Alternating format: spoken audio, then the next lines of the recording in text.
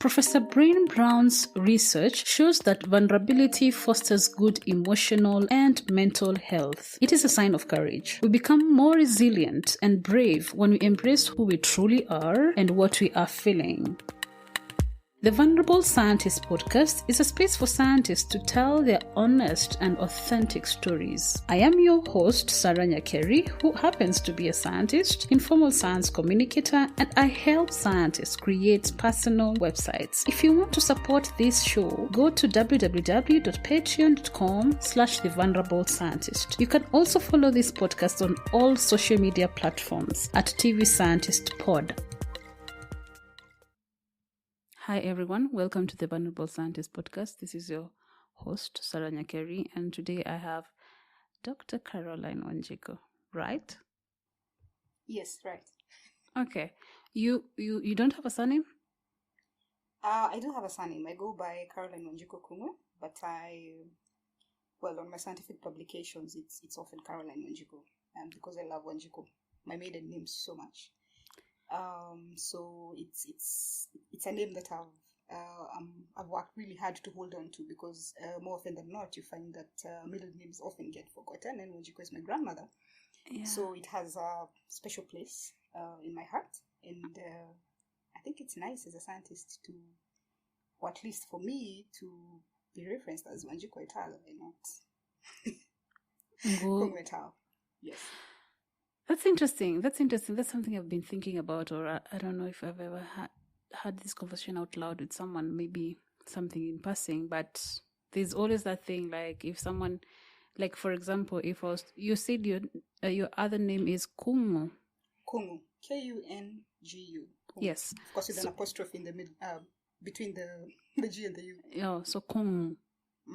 So if someone was just to call you Dr. Kung, no one would really know if that's a female or male, right? That's right.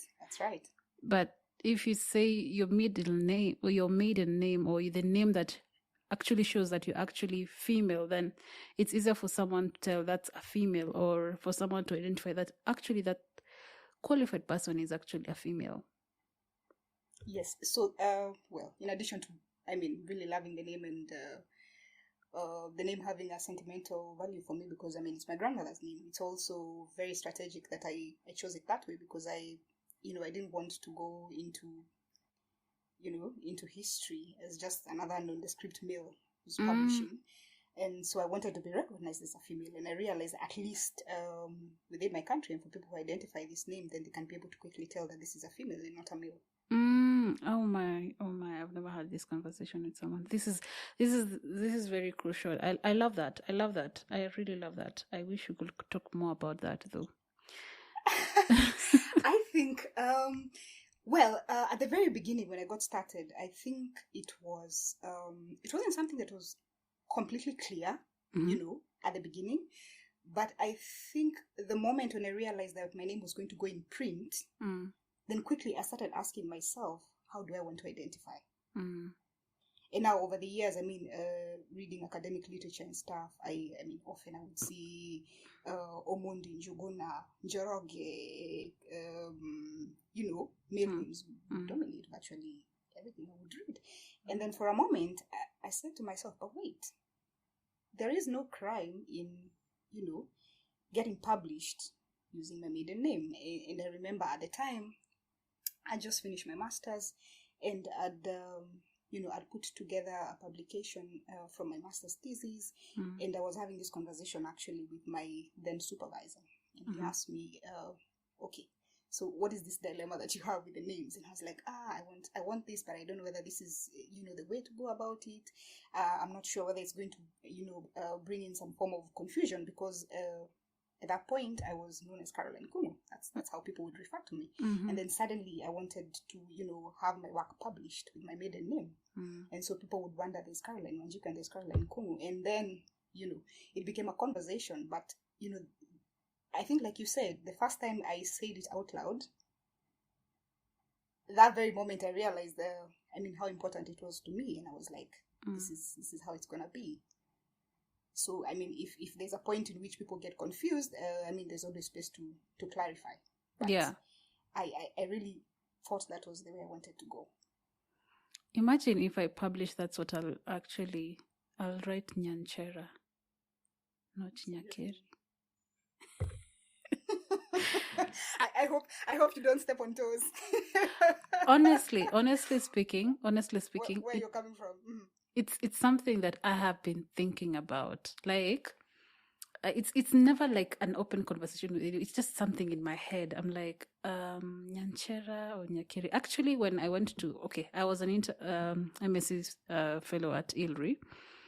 And, when they write your email, they write the first name, like a first name, then your last name as now the name, like the first name initial dot your last name.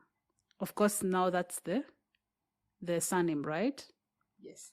But it happened by accident that since my email has Nyanchera at the end, which is my maiden name,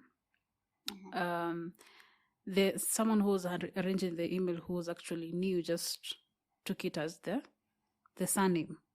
And it has always, so people have always been confused. Okay, I know you are Sarah Nyakeri, but finding your email is hard because you're Nyanchera on email. Yeah, the email is Nyanchera, so it's the same person. I even remember someone said that, and I used to struggle with that. I was like, I actually like Nyanchera, and even when I was thinking about going into science in full, like doing the publications and all those things, I was just thinking, why would I lose my middle name, which actually identifies me as African first, and also identifies me as female, and put a male name? Yes, I respect my dad, but that's not me. That's part of me, but that's not entirely me. The me is Nyanchera. It's a Pandora's box, isn't it? Yeah. The moment you put your head into it, you realize, okay.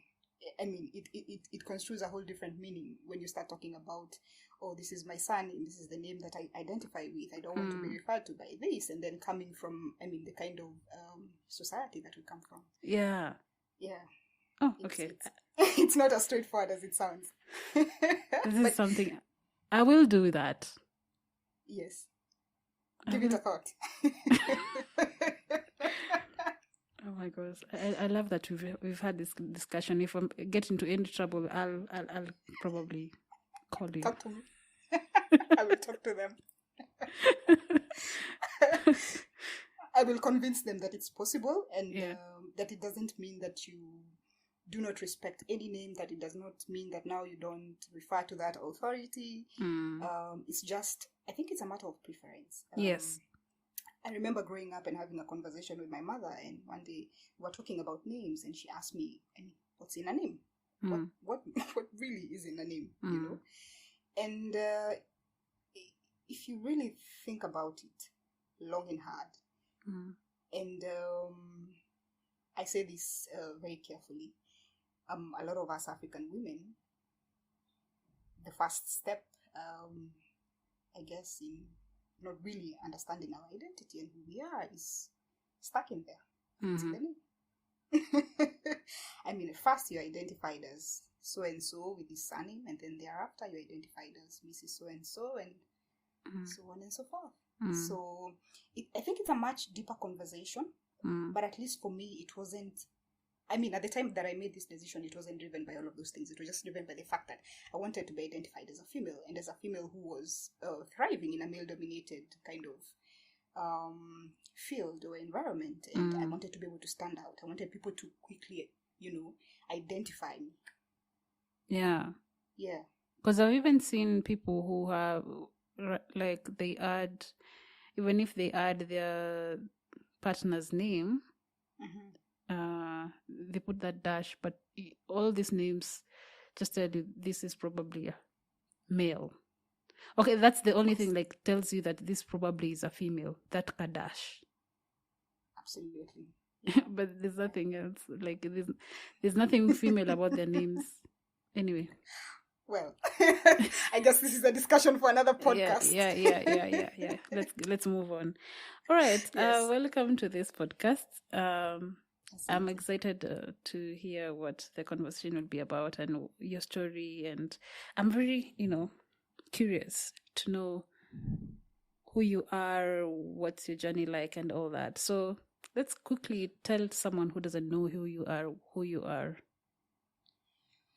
Wow. Well, Caroline Wanjiku, as you said. In some other circles, Caroline Wanjiku Kuno. I'm an entomologist by training. I just recently got my doctorate from the University of Pretoria. In fact, that was last year, September.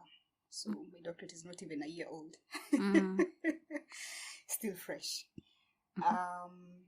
At the moment, I work as a postdoctoral researcher with the Kemi Wellcome Trust research program. We're based in Kilifi. But prior to that, I worked for a very long time with the International Center for Insect Physiology and Ecology. I know that's a long name. The acronym is ICIPE. I know you heard about it. Yeah. Yeah, but I just thought I should, Yeah. spell out the acronym. Yes. Because a lot of people wonder what that name is all about. Yeah. So I worked for ICIPE for, I think, almost 10 years. I joined ICIPE as a master's fellow. So maybe to take you back a little bit, I got my undergraduate degree from Kenyatta University. Studied biochemistry and zoology at the time. Graduated in 2009. In 2010, I had a short stint working in an animal health pharmaceutical production facility. It wasn't too long-lived because then I decided I wanted to pursue my graduate studies, and so I went back to Kenyatta University for a master's degree. So I studied biochemistry for my master's, and once I was done with my first year of coursework, then I decided I needed to find somewhere where I could do my research project for the second year. So that's how I found my way into ICIPE. So I went there to do my master's thesis at that time in 2011. And so I went in. I got into what is generally called the chemistry unit, but we call it the chemical ecology unit. And the ecology in there is very confusing for a lot of people. Oftentimes when I would say chemical ecology, everybody would go like, what's that? Well, basically, it's a support unit at ICIPE that does a lot of chemical analysis and research that's, has a chemistry basis. So that's where I went in to do my master's thesis. So initially, when I did my first year of master's coursework, I wanted to do a research project in human health. But I quickly learned that it's not always as straightforward. It's not always straightforward. Like the way you're thinking things will go, it's not always that way. That is it. The places you think you'll even end up are not necessarily the places where you go in the end. So when I did I think it was during my first semester of my master's studies, that then I decided I wanted to do, my project to be somewhere on the topic of human health. And so I started to do some groundwork. I've always been the kind of person who starts early. This is a personal philosophy. If you have to get there, you have to start early. So I started early in terms of finding, a potential place where I could do my research project. And I remember at that point, I went to a lot of places. Oh, wow. I did knock on a lot of doors. Different research institutes, trying to talk to different scientists, carrying with me my CV in a folder, introducing myself. I even went to the lengths of accosting scientists in parking lots to introduce myself. How did you get permission to get inside? I think that should be a topic for another podcast. Okay. Right. But I worked hard. Let me summarize and say that I worked really hard. Like, I tracked these people down. I did not relent. One of the moments that remains very memorable for me was tracking down a scientist who at the time used to work at the Institute of Primate Research in Karen. And so I made an appointment with him. I'd been trying to see him for a couple of days. And I couldn't get an appointment through, and then eventually he responded, because I also used to bombard a lot of people with emails. Spammer. So I was a spammer.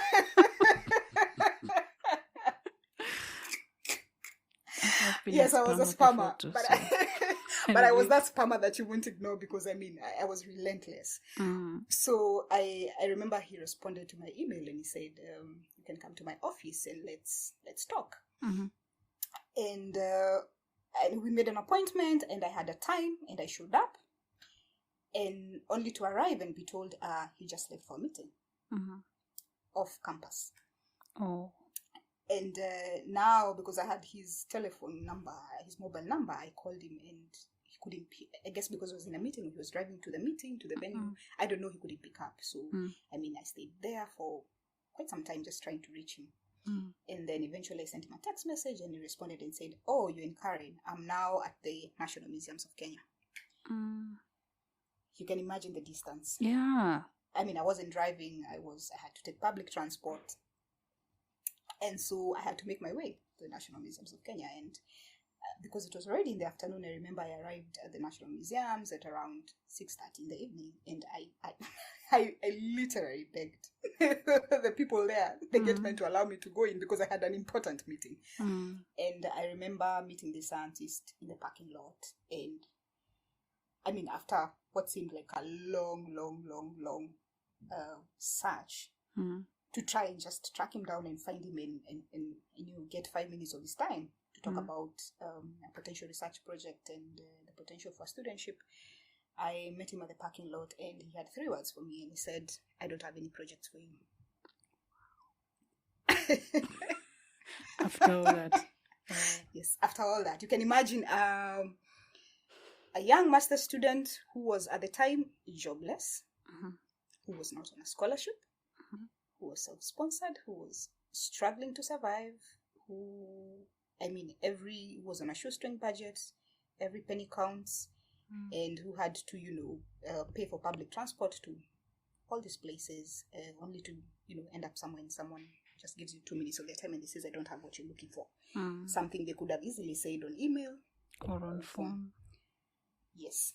So, that was one of, I think, it was not the most memorable. It was among the memorable moments of that search for a graduate project. So, and correct me or bring me back to the table when I go off tangent. It's okay. My story is a mixture of this and that. Yeah.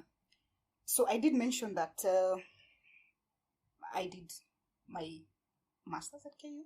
So eventually I finished that first year, and then so while I was still doing that first year is when I was on the ground hunting for this project. And so I continued. So I went on, and then the second semester came and I did a coursework and finished, and I was still looking, and I was asking literally everybody I knew. I wasn't shy to ask, and I wasn't shy to put myself out there. And I remember the day, or I guess,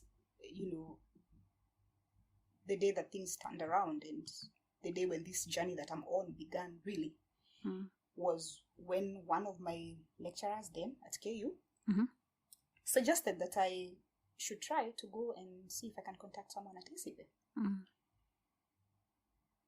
And I was so shocked because I was like, wait, ECB are the guys who work on insects, right? And I couldn't connect. I'm like, wait, I want to do human health. I want to pursue a human health related project. Yeah. And you want me to go and work with insects? You must be kidding me. For a moment, I was like, wait, do I look that desperate? Have I lost track? Is it that bad? Oh my God. That was the first thought that came to my mind. But I think at that point, my back was against the wall. And I needed to find something, and I couldn't imagine for the life of me finishing my coursework and then not transitioning into a project and then getting stuck somewhere in between and losing time. And why this was important is because prior to me taking up my master's studies, I had resigned from my job. Okay. Yeah. Maybe I should take you back a little bit. Yeah, the animal health production facility. Exactly. Yeah. So I got in there. So when I finished my undergraduate and I got into this company, I started off as an intern. But then I think I I must have done some few things right, that they retained me after the internship and they offered me a contract. Now, in those days, we didn't earn a lot of money. But I think for me, what was most important was the fact that I had something to do. And it was because I was working for quality assurance and quality control. I had an opportunity to actually practice the biochemistry and the science that I'd been doing, in school. And so it looked like a good fit. Yeah. But while I was in there, part of the quality assurance, quality control work that I had to do was improvement of products. So I had some small little project assigned to me while I was there. And that's really the first time that I actually kind of woke up into the idea that I could do research. Right? Then I realized, oh wow, so it's possible that, okay, this looks like fun. I mean, they tasked me with a very small project. They wanted me to develop a disinfectant product at the time. And I had to, to develop it all the way from scratch. I had to go and make presentations and showcase what it is that I'd made. And I had to do all the, the rigorous stuff when it comes to product development, develop a product dossier, take it for registration at the pharmacy employees on spot. I think this opened up my eyes really to research. It showed me a side of science that I don't think I had come to terms with, really. I mean, because when you're doing your undergraduate, yes, you're studying a science course, you're doing your practicals in the lab, but it doesn't really come alive. Yeah. I mean, or at least for me, it didn't come alive as it did when I started working for this company. So anyway, I had gotten into this job and I was doing really well and I was very curious and I was working hard, and my supervisors then recognized this and they were willing to help me grow. But then quickly I realized that one of the things I needed to do was to, grow my skill set. Also because I looked around me and I realized the people I was working with, also had the same credentials as I did. And there were people who had been there with an undergraduate degree for 10 years plus. And here I am, I'm a newcomer. And then, I would look at them and I would appreciate the journey they are on. But then I quickly realized that the ceiling was not so high, right? In that particular place. Yeah. And I loved what they did, and I loved the idea of research. And so that's what really sent me back to school. But for me to be able to go back to school and to pursue a science course, this was like a full-time course. Yeah. I needed to step out of this place, and to step out meant to resign. Yeah. And so resigning also meant I didn't have an income. And job search, as it has always been, is never easy. So for me to make that decision to leave a potentially lucrative position, or at least in the next couple of years, it would have been, and for me to decide, okay, I don't want to pursue this, even though I can suspect that there's going to be some sort of growth, although very slow. And for me to decide to go back to school, it was a big decision. And I think it was a big decision for a 23-year-old. Yeah. Having been in uni for my undergraduate and literally surviving on higher education's loans would support, and now you have a job, then you want and now I have a job it. even before graduation, and I have worked there 11 months, and suddenly I wake up and I'm like, I have to go back to school. I'd like to take you back to before science. I want to understand where you're coming from when you're telling this story. Before you got into university, did you know something to do with biochemistry? Oh no. Were you surrounded by people who are in science? Well, let's put it this way. My mother worked for a research institute. She's not a scientist. Where did you grow up? Maybe I should go back from the beginning. Yes. And then you can edit and harmonize. Yes. The material the best way you know. Yeah. All right. Would you like to understand where I grew up, how I was raised? Yeah. All that? Yeah. Okay. All right. Let's see. I was born and raised basically in Nairobi, in the outskirts of Nairobi, in a place called Uthiru. Uthiru, I Oh, believe now is in, let's see, Kiambu County. yeah, that's where I am. Yes. Ah, great. What part of it? Dumboine, next to Dumboine. Yes, I know Dumbuini very well. Okay, so I grew up in that area. Okay. So I grew up in that area. I went to school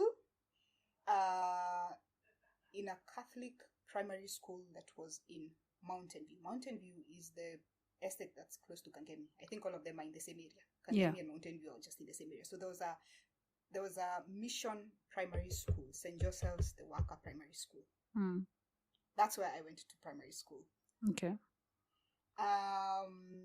Then a little later, of course, after my KCPE, I went to Pangani Girls School. So you performed well. Well, in those days, by those standards, yes. I was actually, I guess, top of the class, top 3 or top 2, if I can recall it. So many years ago, I think I was top 2. Okay. I must have been number 2 or something. Wow, KCPE. it must be a long time ago. I scored 500 and something marks out of 700. Oh. I can't recall. 553, 558. Okay. Something in those lines. All right. But I remember I was either second or third. Okay. Anyway, so I moved on. I went to Pangani Girls School. And that's where, of course, I did my high school from Form 1 to Form 4. And, of course, did my KCPE. I think I scored a B+. I was 1 point short of an A-, I remember, because I had 73 points. And in that time, 73 was B+. Yeah, it was a B+. It was 73 points. How I know this is because I remember I wanted to go to law school. And that's why I went to take you. I wanted to become a lawyer. Oh. At that stage in my life. I tell you that who I wanted to become kept changing as I grew. Yeah. I mean, when I was in primary school, when I was in standard 5, when I first read Ben Carson's book, I was convinced I'd become a neurosurgeon. I mean, and for a little while there, I had this obsession. And I used to write Dr. Caroline Wanjiku, on my exercise books. And wow. I wanted to become a neurosurgeon. And finally, you're Dr. Caroline Wanjiku, finally, but in a different thing. Tell me about it. Tell me about my testing. Wow. It's a strange thing. But then at that point, I think I was just inspired by Think Big and what, of course, Ben Carson was able to do and turn his life around. And so, I mean, and neurosurgery was what seemed like the obvious path. If I was going to become like him, I was going to pursue something that he's done. I mean, that's the mind of a 10-year-old, right? Yeah. But I think it was a beautiful thing because to read that book and really to have been introduced to reading at that early age was instrumental. And who bought you that book? My mother bought me that book, and my mother bought me many other books. And okay. I think I actually, right up to now, I have I believe almost an entire cabinet of books that I read as a child. Wow. I mean, I grew up seeing my mother reading novels, so she had this pastime, she had these hobbies that she would read in the evenings. Of course, I couldn't read the material she was reading, and luckily for me, in primary school we had what was then called library classes. I don't know whether that still exists, or I don't know whether it was specific for the school I went to. Okay, but we had as part of our curriculum there was library. And during library, you go to the library and sit in the library and borrow a book and read. And so the reading culture stuck. And so by the time I was reading this book when I was 10, I'd read many other books. In fact, it's just the other day I saw on Facebook, Sweet Valley High fans. There was a whole series of novels called Sweet Valley High. I think I read all of them. I read all the Hardy Boys. I read all the Nancy Drews.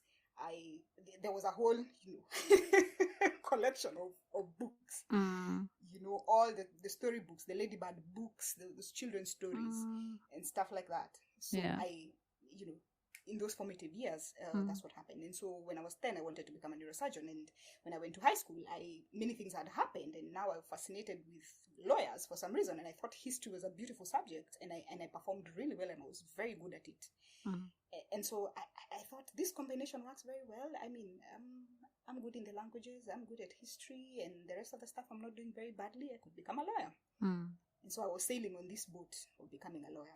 Of course, I finished high school, and I scored now this B+ with the 73 points. And at that time, you have to do your application to the Joint Admissions Board for the university. And I quickly realized I was not going to make it to law school. I remember that was also one of the, could I call it a low, or was it a high? I mean, I think it was a low that was disguised as a high. Okay. I say this because going to JAB, trying to get, my staff into securing, a law degree or a course, in law. And this guy is telling me, no, you've missed by a point. You've actually missed by a point. And I remember that time was when they had just introduced, what is it called? Cluster. Not even clusters.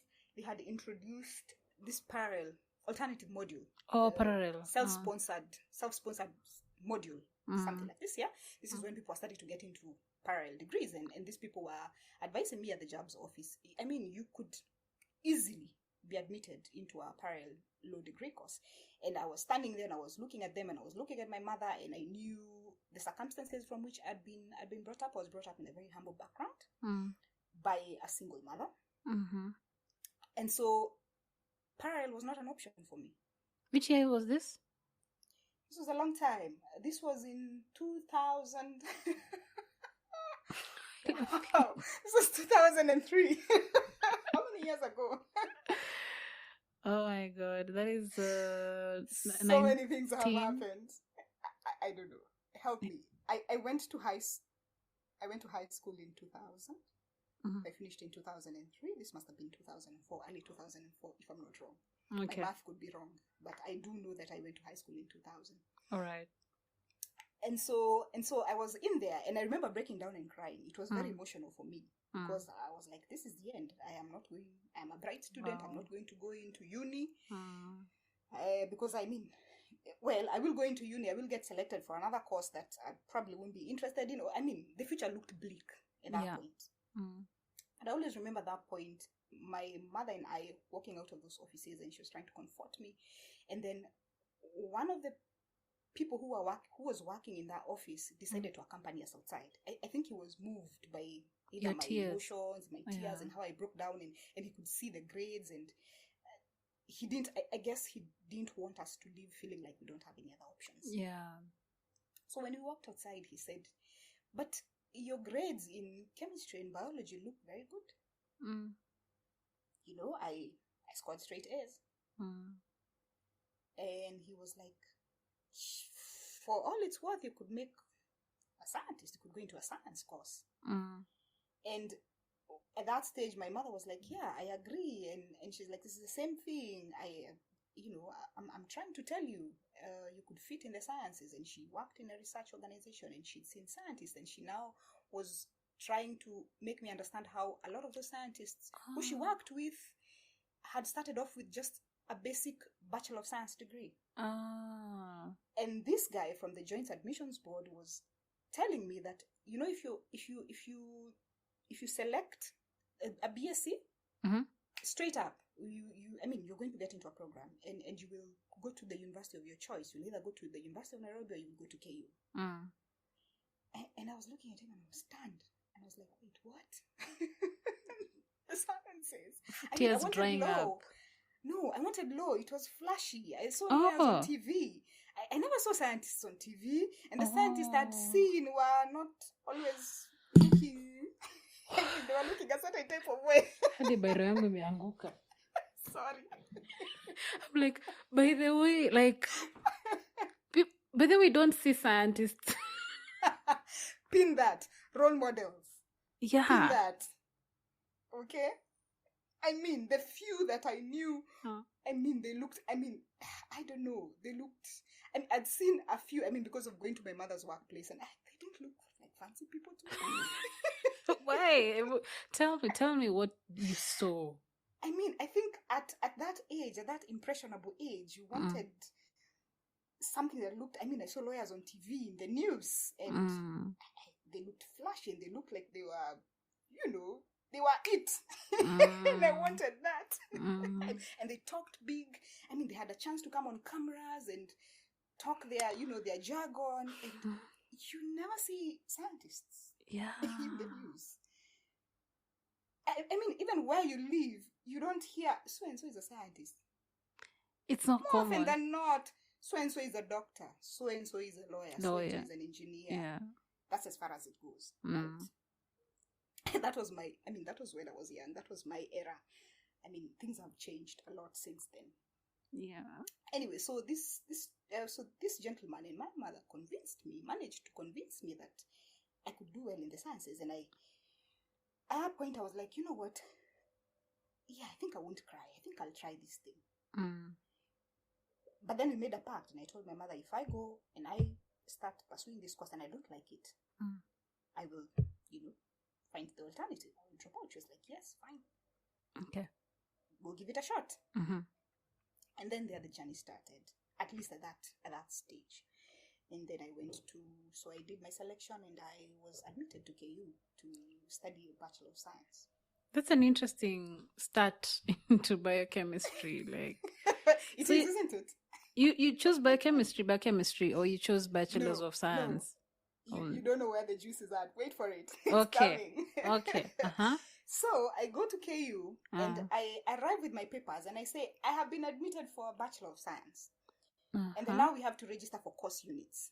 And now, when we finally start registering for the course units, I'm told, with this BSc, you can study 3 different sciences in your first year and second year. And then when you get to your third year, you can select a major. And even you can keep a minor if you want, or you can just do a major in your third and fourth year. This was like mind-blowing. I didn't know that. I was like, wait, what? So now I choose 3. So I choose between what and what? And then I was told you can choose between biological sciences. Then it was a combination of zoology and botany. And you can combine that with chemistry and math. And then you can do basic courses in all 3. And then I was like, okay, sounds good. So I decide, okay, let me start registering for my course unit. So I do the biological sciences. I go and register the core courses that they were offering at that point for the first years. And then I go for the chemistry, the same. And then the last school that I went to, the last faculty was math. So I show up at math and I find a long queue of people coming to register for math. I was a bit, I'm like, no, why do I need to do all this, to queue? Is there an alternative to this? So I walk to the back and I find a lady who was on the phone. And I ask her, I want to register for math units. But is there another science I can register, because the queue is very long here? And I was like, math, who wants to do math in uni? And then absentmindedly this lady tells me there's also biochemistry. And she was on phone. She was on phone. Okay. And then I look at her. And do you know her? I don't know her. She was one of the people who was doing the registration. And I said to myself, wait, what's biochemistry? I asked her, what's biochemistry? She's like, it's a combination of all these things, but it's a bit more technical. She didn't even give me a proper explanation. So I look at the queue, I look at the sun. This is how some of these decisions are made. I look at the sun and I'm like, I'm not doing this. So I asked, where is the biochemistry? Chemistry. Down the street. So I go to biochemistry and guess what? There is nobody there. Wow. No queue. Yeah, no queue. The guys are sitting there, almost, starting to call out. Please come and register for these units. Okay. So I show up and I ask, are you the biochemistry? Yes, we're the biochemistry department. Oh, okay. I said, I went to register for course units. And he's like, what else have you selected? I say biological sciences, which like I said, was a combination of zoology and botany at the time. and chemistry. And now I'm coming to biochemistry. I'm like, but am I not like what is it called, like replicating what I've already said? He's like, no, biochemistry is completely unique. It's now more, it's deeper than what you've already selected, and it gives you a better understanding already of what, of the biological sciences and the chemistry that you're going to do. In fact, it will give you a very good foundation. So he goes all the way to talk to me, because there's no one else there. Yeah. I'm trying to convince, it's like selling.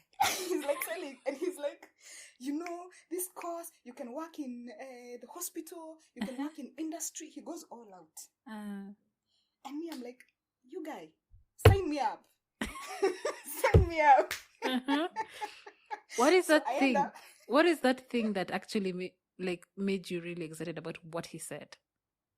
I think it was the fact that he went out of his way to even explain to me the options beyond school. Like, it was the first time that somebody was like, he was giving me free career advice. Yeah.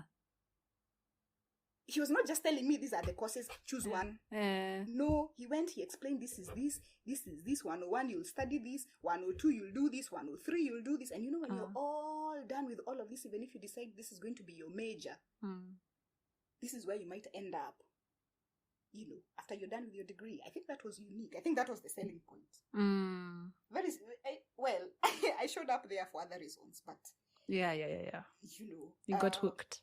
I was like, sign me up. This sounds good. In fact, it was the first time someone was explaining something to me that I can look into the future and see it actually had real sense. I was like, wow, I think they should do this when they are, when they sign students up for these core courses and stuff like that. They should explain to them over and above just studying the theory and what it means in practice and in real life. Yes.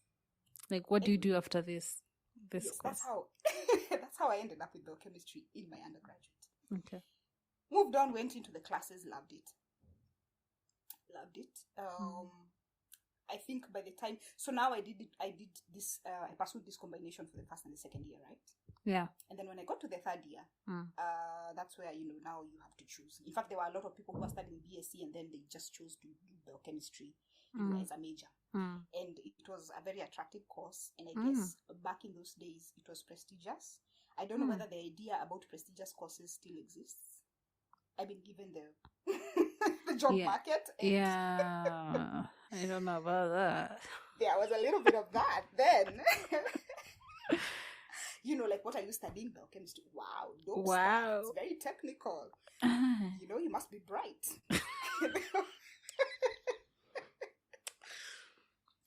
Oh, wow. Don't even want to comment. So, second year went. So when I was going into third year, I remember now I was conflicted. I mean, I'd loved my first year, second year. It was a bit of a struggle initially. I mean, it was a complete difference. I mean, for the stuff that you're studying in high school to this new stuff, it was a bit of a shock. Like, just wrapping your mind around the theories and the things that you're being introduced to. Wow. I must confess it wasn't easy in the beginning, but then I kind of caught rhythm and I was able to do it. So when I finished my second year now, I was thinking, okay, what do I do? Do I major in biochemistry? That's what everybody is doing. And then I remember again, I think I have a lucky streak with career advisors. I mean, they come out of the blues. I guess these are guardian angels who just are sent to shine their way along your path. But did you meet this guy later? Never. I couldn't. That is weird. I think he was a technician. Okay. Something like this. I don't know what happened to him. I never found him. Okay. I never at least saw him in the practical sessions, and he definitely was not in the lectures. So some guy, to be honest. Or maybe I didn't work hard enough to try and find him. Maybe I think I got, overtaken by the events of just being in class and the demands of, of the coursework. So now when I was in third year, I was thinking, what do I do? I was conflicted. Everybody was asking, they're like, no, me, I'm just going to go the biochemistry way. I'm just going to major in biochemistry. I'm like, okay. And I think there was either a requirement that you had a certain grade or a number of credits. I can't remember how it worked. And I think I had it, but I was just not convinced that, I should just follow the way everybody is going. So I decided one of the guys I really loved who taught those undergraduate courses, the first year courses, one of the lecturers, I just decided, and I think he was the exam coordinator at the time. I just decided, why can't I go and ask this guy what to do? So he would know. He's been doing this for a long time. Yeah. So I popped into his office and I said, hi, how are you?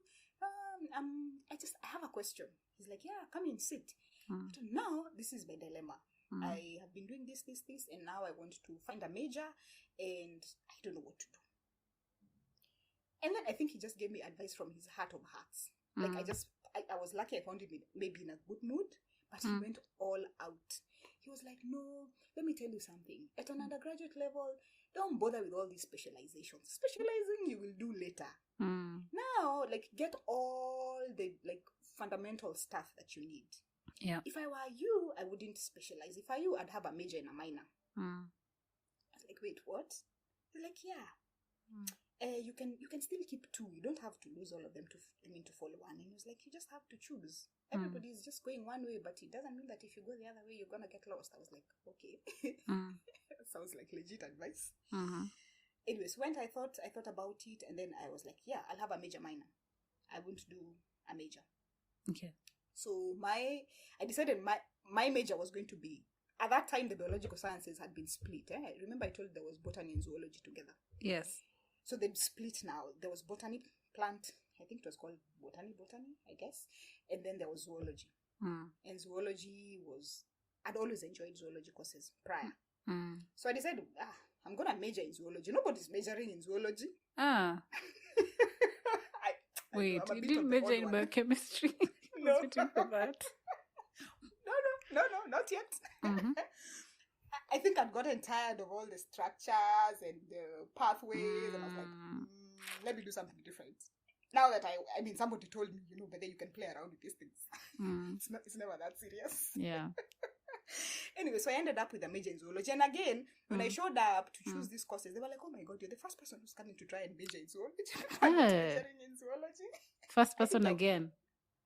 I think in the BSc class, altogether we were like 8 people. And those 8 people, I think, maybe half were from the School of Education. They were not like BSc.